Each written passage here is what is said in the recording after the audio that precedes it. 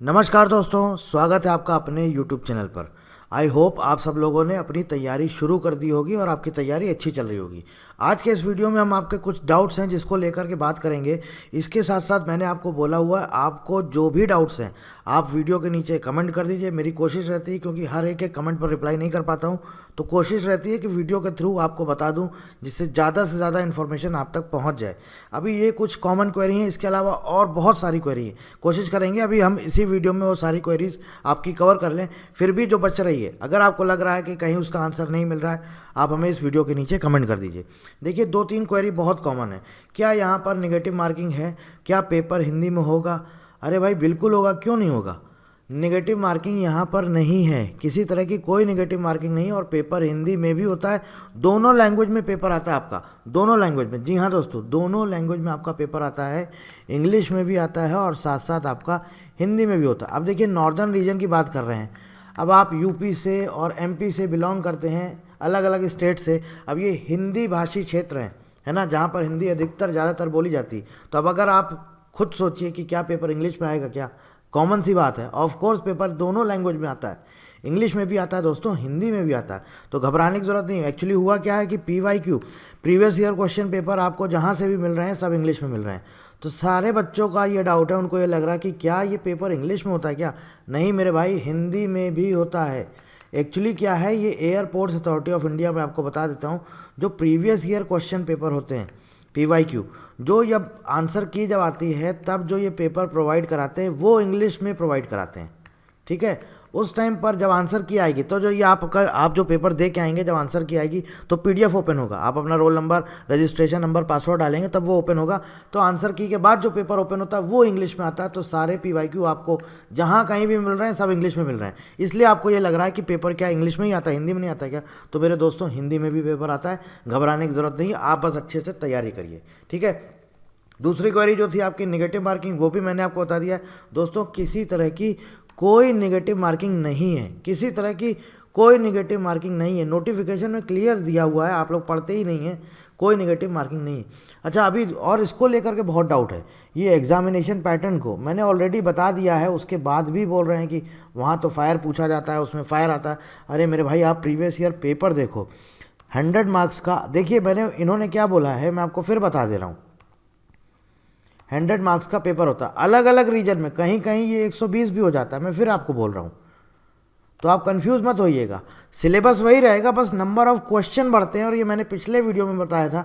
आप southern region का paper देखेंगे, हो सकता है वहाँ पे 120 मिल जाए क्वेश्चन। नॉर्दर्न रीजन वाले में भी आपको 120 क्वेश्चन मिल जाए। ईस्टर्न रीजन वाले में आपको हो सकता है 100 क्वेश्चन मिलें, या फिर हो सकता है 120 क्वेश्चन मिल जाए। उससे फ़र्क नहीं पड़ता, वो मैटर नहीं करता, चाहे आपको 100 क्वेश्चन मिले, चाहे आपको 120 क्वेश्चन मिले। 50% वेटेज है। मतलब कि 50% वेटेज का मतलब क्या है, अगर मान लीजिए हम दोनों सिनेरियो लेके चलते हैं कि 100 नंबर का पेपर होता है तब क्या होगा, 120 नंबर का पेपर होगा तब क्या होगा। 100 नंबर का अगर आपका पेपर होता है तो मेरे भाई 50 नंबर में आपका मैथ्स, साइंस और इंग्लिश ग्रामर, मैथ्स, साइंस और इंग्लिश ग्रामर आएगा, ठीक है। और अगर यही पेपर आपका 120 नंबर का हो जाता है तो 60 नंबर का आपका, मतलब कि 60 क्वेश्चन आपके मैथ, साइंस और इंग्लिश के हो जाएंगे। ठीक, क्लियर। बाकी बचा, अगर 100 वाले में बात करें तो 50 क्वेश्चन अब यहाँ पर आपके GK आ जाएगा, रीजनिंग आ जाएगा, न्यूमेरिकल एबिलिटी आ जाएगा और इंग्लिश आ जाएगा।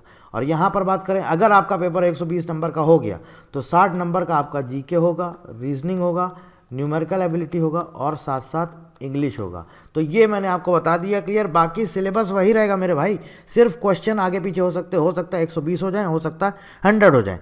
दोनों रीजन में कुछ भी नहीं कह सकते हैं, क्योंकि ऐसा पहले हुआ है। साउदर्न रीजन में पहले 100 नंबर का हुआ था, उसके बाद 120 का हो गया। ईस्टर्न रीजन में 100 नंबर का ही होता है। वेस्टर्न रीजन में 120 नंबर का हुआ है। नॉर्दर्न रीजन में भी 120 का हुआ है, और उसके पहले एक बार 100 का भी हुआ है। तो इसलिए आपको घबराने की ज़रूरत नहीं है। सिलेबस आपका दोस्तों यही रहेगा, मैथ, साइंस और आपका जो इंग्लिश आता है 50 नंबर का, यही सेम यहाँ पर भी रहेगा। बस क्वेश्चन आगे पीछे, ऊपर नीचे हो सकते हैं, ठीक है, क्लियर। अब देखिए, यहाँ पर ये जो डाउट आ रहा है फायर वाले को लेकर के कि क्या इसमें फायर का हमें पढ़ना है, नहीं मेरे भाई, बिल्कुल नहीं पढ़ना है। फायर से रिलेटेड यहाँ पर कुछ पूछा ही नहीं जाता है, मैथ्स और साइंस। क्योंकि यहाँ पर क्या बोला गया आपसे, 12वीं पास मांगा गया है, या तो आपके पास डिप्लोमा हो या 12वीं पास है। अब 12वीं पास वाले ने तो फायर का कुछ ऐसा पढ़ा नहीं होगा, इसलिए कॉमन चीज़ें पूछी जाती हैं। तो दोस्तों मेरे भाई, मैथ्स, साइंस और इंग्लिश आपको पढ़नी है।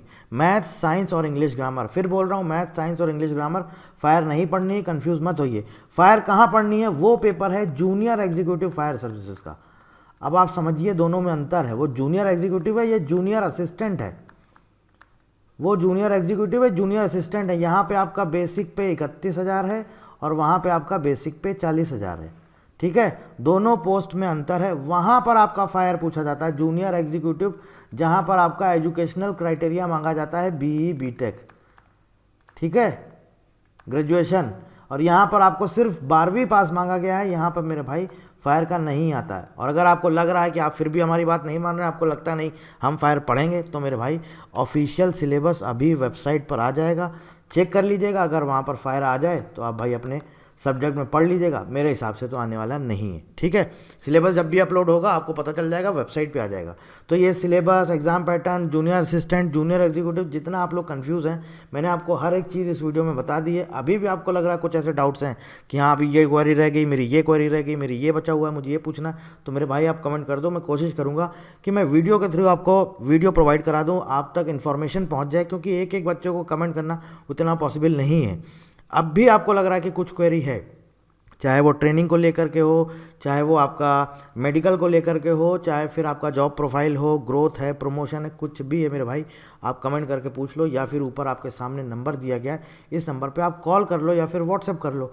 ये आपके सामने नंबर है, जो भी आपकी क्वेरी होगी मैं उसका समाधान आपको कर दूंगा। ठीक है, so thank you very much and thank you for watching.